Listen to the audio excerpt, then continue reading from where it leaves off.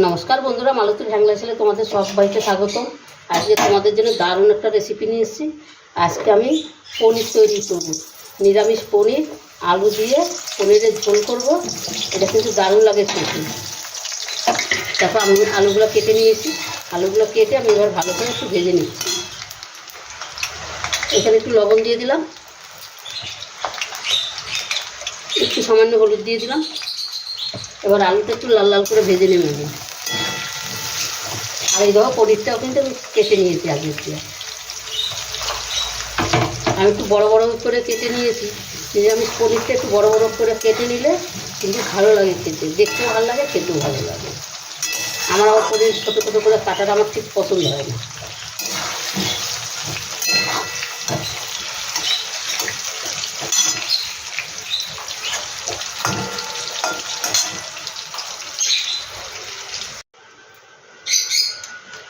বন্ধুরা দেখো পনিরটাও কিন্তু আমার ভাজা হয়ে গেছে। এই দেখো পনিরটা কিন্তু আমি খুব সুন্দর করে ভেজে নিয়েছি। ওই তেলটার মধ্যেই কিন্তু আমি রান্না করে নেব। এখানে একটা তেজপাতা দিয়ে দিচ্ছি, কিছু গোটা গরম মশলা দিয়ে দিলাম, সামান্য একটু নাড়াচাড়া করে নেব।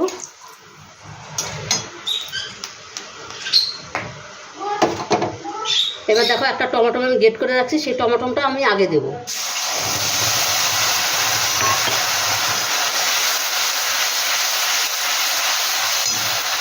নুনটা দিয়ে দিচ্ছি, নুনটা দিলে টমেটোটা ছিটকাবে না। এই দেখো আন্দাজ মতন আমি একবারই নুনটা দিয়ে দেবো, একবারই নুনটা দিয়ে দেবো। দিয়ে দিলাম এখানে আদা বাটা আর কাঁচা লঙ্কা বাটা। এটা কিন্তু পুরোটাই টোটালে নিরামিষ। এবার কিছু মশলা আমি অ্যাড করব।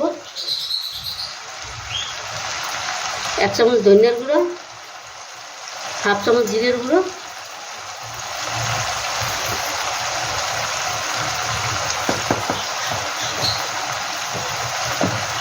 দিয়ে দিলাম হলুদ গুঁড়ো,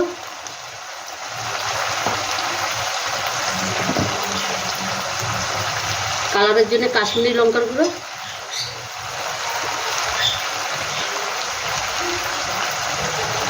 আর দিয়ে দিচ্ছি দেখো একটু কসুরি মেথি। এটা একটু হাত দিয়ে একটু বেশি করে দিচ্ছি। নিরামিষ তো একটু এই মেথির পাতাটা দিলে অসাধারণ খেতে হবে। ওইগুলো এইভাবে একবার নিরামিষ রান্না করে খেয়ে দেখবে, এরকম আমার মতন দেখবে, দারুণ দারুণ লাগবে কিন্তু। এবার মশলাটাকে আমি ভালো মতো একটু কষিয়ে নেব।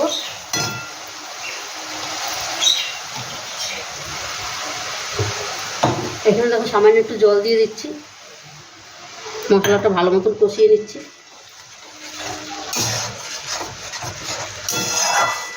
মশলাটা কষতে থাক। বন্ধুরা দেখো খুব সুন্দর করে কিন্তু আমার মশলাটা কষানো হয়ে গেছে। আমি কিন্তু সাথে কিন্তু ওই আলুগুলো দিয়ে একটু কষিয়ে নিলাম। এবার আমি তেল দিয়ে দেবো। আমি তার আগে আমি একটু গরম মশলা দিয়ে দিচ্ছি। বন্ধুরা রেসিপিটা ভালো লাগলে তোমরা লাইক করবে, শেয়ার করবে, বেশি বেশি করে শেয়ার করবে, বন্ধুদের দেখার সুযোগ করে দিবে। আর দিয়ে দিচ্ছি একটু চিনি,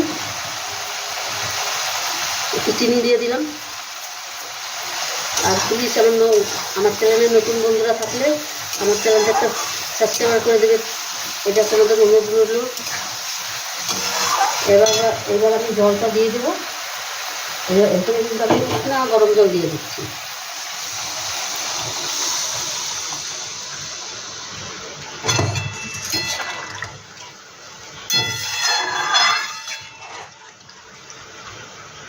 এবার একটু এটা ফুটতে থাক, তারপরে একটু বাদে আমি পনিরটা দেবো। বন্ধুরা দেখো এবার আমি পনিরটা দিয়ে দেবো। আলুটা সিদ্ধ হয়ে গেছে, এখন আমি পনিরটা দিয়ে দিচ্ছি।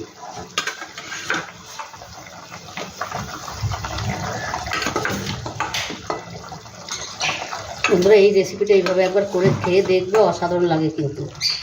সবসময় কিন্তু পেঁয়াজ রসুন দিয়ে ভালো লাগে না, কিন্তু নিরামিষ পনির এইভাবে খেয়ে দেখবে, দারুণ দারুণ লাগবে। বন্ধুরা রেসিপিটা ভালো লাগলে তোমরা লাইক কমেন্ট শেয়ার করে দিও, বেশি বেশি করে শেয়ার করে দিও, বন্ধুদের দেখার সুযোগ করে দিও। এবার এটার আমি 5 মিনিট ঢাকা দিয়ে রান্না করলেই কিন্তু আমার নিরামিষ পনিরের ঝোল কমপ্লিট।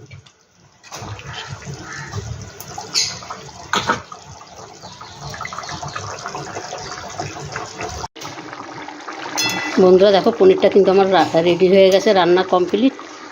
ঝোলটা কিন্তু আমি এরকম একটু পাতলা ঝোল রাখবো, কেন আমি আলু দিয়ে বলছি পাতলা ঝোল করবো, তাই আলু দিয়ে পাতলা ঝোল করছি। তোমরাও এইভাবে করে দেখবে, অসাধারণ খেতে হয় কিন্তু বন্ধুরা। রেসিপিটা কেমন লাগলো তোমরা লাইক কমেন্ট শেয়ার করো, বেশি বেশি করে শেয়ার করবে। আর আমার ইউটিউবে নতুন বন্ধুরা থাকলে প্লিজ আমার চ্যানেলটা একটা সাবস্ক্রাইব করে দেবে। বন্ধুরা নামানোর আগে একটু আমি ঘি দিয়ে দিলাম। এবার এটাকে আমি নামিয়ে দেবো, গ্যাসটা অফ করে দেবো। দেখো কী অসাধারণ হয়েছে কিন্তু বন্ধুরা। তবে বন্ধুরা আজকে আসছি, কালকে আবার দেখা হবে নতুন কোনো ভিডিও নিয়ে। তোমরা ভালো থেকো, সুস্থ থেকো, টাটা বাই বাই।